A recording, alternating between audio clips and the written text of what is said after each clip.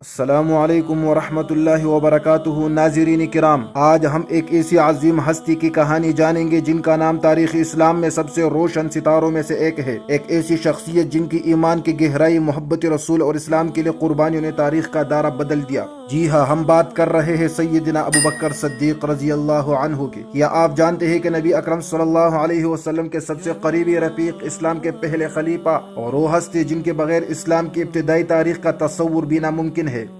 کون تھے؟ وہ تھے حضرت ابو بکر صدیق رضی اللہ عنہ، وہی جنہیں صدیق کا لقب ملا، یا انتہائی سچا اور سچائی کی تصدیق کرنے والا۔ آج ہم ان کی زندگی کے ان پہلو کو جانیں گے جنہوں نے انہیں اسلام کا پہلا محافظ بنا دیا۔ حضرت ابو بکر صدیق رضی اللہ عنہ 573 عیسوی میں مکہ مکرمہ میں پیدا ہوئے۔ قریش کے معزز قبیلے بنو تیم سے ان کا تعلق تھا۔ وہ مکہ کے ایک کامیاب تاجر تھے۔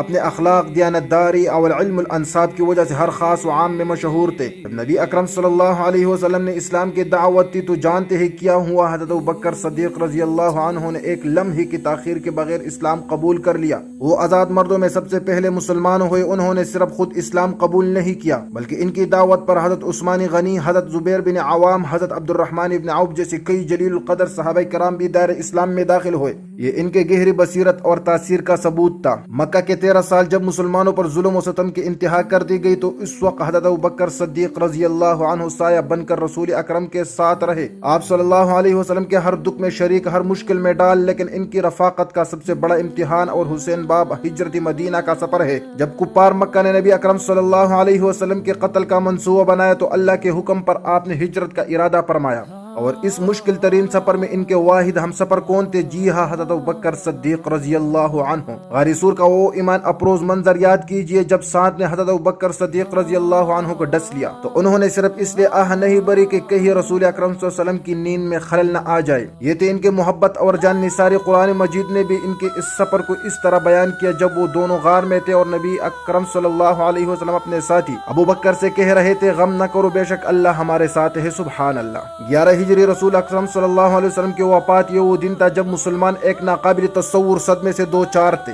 جیسے پوری دنیا تاریک ہو گئی ہو۔ اس نازک ترین لمحے میں جب بڑے بڑے صحابہ کرام بھی غم سے نڈالتے، ایک چٹان کی طرح کون کھڑے رہے، وہ تھے حضرت ابوبکر صدیق رضی اللہ عنہ۔ انہوں نے فرمایا، جو محمد کی عبادت کرتا تھا وہ جان لے کہ محمد تو وفات پا گئے، اور جو اللہ کی عبادت کرتا تھا وہ جان لے کہ اللہ زندہ ہے اور کبھی نہیں مرے گا۔ اس جملے نے سوگوار مسلمانوں کو سنبھالا اور ایک بار پھر ان کی ایمان کو تقویت دی۔ اور پھر شقیقہ ابن ساعدہ میں مشاورت کے بعد تمام مسلمانوں نے متفقہ طور پر حضرت ابوبکر صدیق رضی اللہ عنہ کو پہلا خلیفہ منتخب کیا۔ یہ ایک ایسا عہد تھا، یہ ایک ایسا عہدہ تھا جس کی ذمہ داریوں کا بوجھ پہاڑوں سے بھی زیادہ تھا، اور انہوں نے اسے کمالی ہمت سے سنبھالا۔ حضرت ابوبکر صدیق رضی اللہ عنہ کی خلافت صرف 2.25 سال رہی، لیکن اس مختصر عرصے میں انہوں نے ایک ایسے عظیم کارنامے انجام دیے جنہوں نے اسلام کی بقا کو یقین بنایا۔ ارتداد کے جنگی یمامہ۔ رسول اکرم صلی اللہ علیہ وسلم کی وفات کے بعد کچھ عرب قبائل اسلام سے پھر گئے، کچھ نے زکوٰۃ دینے سے انکار کیا اور کچھ جھوٹے نبیوں نے سر اٹھایا۔ سب سے خطرناک فتنہ مسلمہ کذاب کا تھا۔ ایسے نازک وقت میں جب کچھ صحابہ نرمی کا مشورہ دے رہے تھے، حضرت ابوبکر صدیق رضی اللہ عنہ نے فرمایا، واللہ جو شخص نماز اور زکوٰۃ میں فرق کرے گا میں اس سے بھی جنگ کروں گا۔ انہوں نے 11 لشکر تیار کیے اور ان فتنوں کا جلد سے خاتمہ کیا۔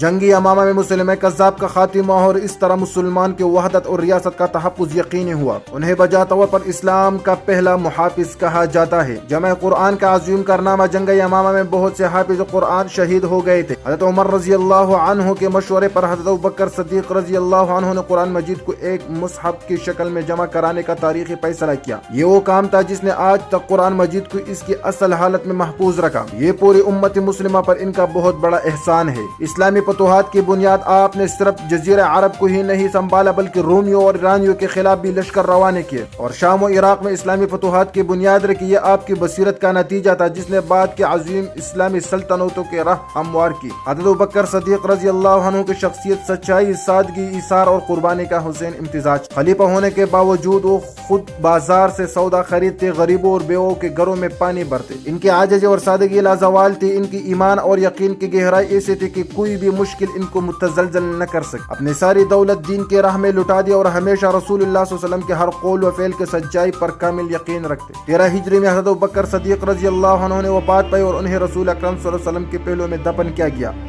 ان کے مختصر مگر جامع خلافت نے اسلام کو کٹن حالات سے نکالا اور اسے ایک مضبوط بنیاد فراہم کی۔ وہ صرف ایک خلیفہ نہیں بلکہ سچے عاشق رسول، اسلام کے پہلے محافظ اور ہر مسلمان کے لیے ایثار اور قربانی کا بہترین نمونہ ہے۔ ناظرین کرام، حضرت ابوبکر صدیق رضی اللہ عنہ کی سیرت ہمیں سچائی، وفا، ثابت قدمی اور دین حق کے خاطر ہر قربانی دینے کا درس دیتی ہے۔ ہمیں ان کی زندگی سے سبق سیکھنا چاہیے اور ان کے نقش قدم پر چلنے کی کوشش کرنی چاہیے۔ امید ہے آج کی یہ ویڈیو آپ کو پسند آئی ہوگی۔ اگر آپ کو یہ ویڈیو معلوماتی لگی ہو تو اسے لائک کریں، شیئر کریں اور ایسے مزید معلوماتی ویڈیو دیکھنے کے لیے ہمارے چینل کو سبسکرائب کرنا نہ بھولیں۔ ساتھ ہی بیل آئیکن کو بھی پریس کر دیں تاکہ آپ کو ہماری ہر نئی ویڈیو کی اطلاع مل سکے۔ اگلی بار تک کے لیے اللہ حافظ۔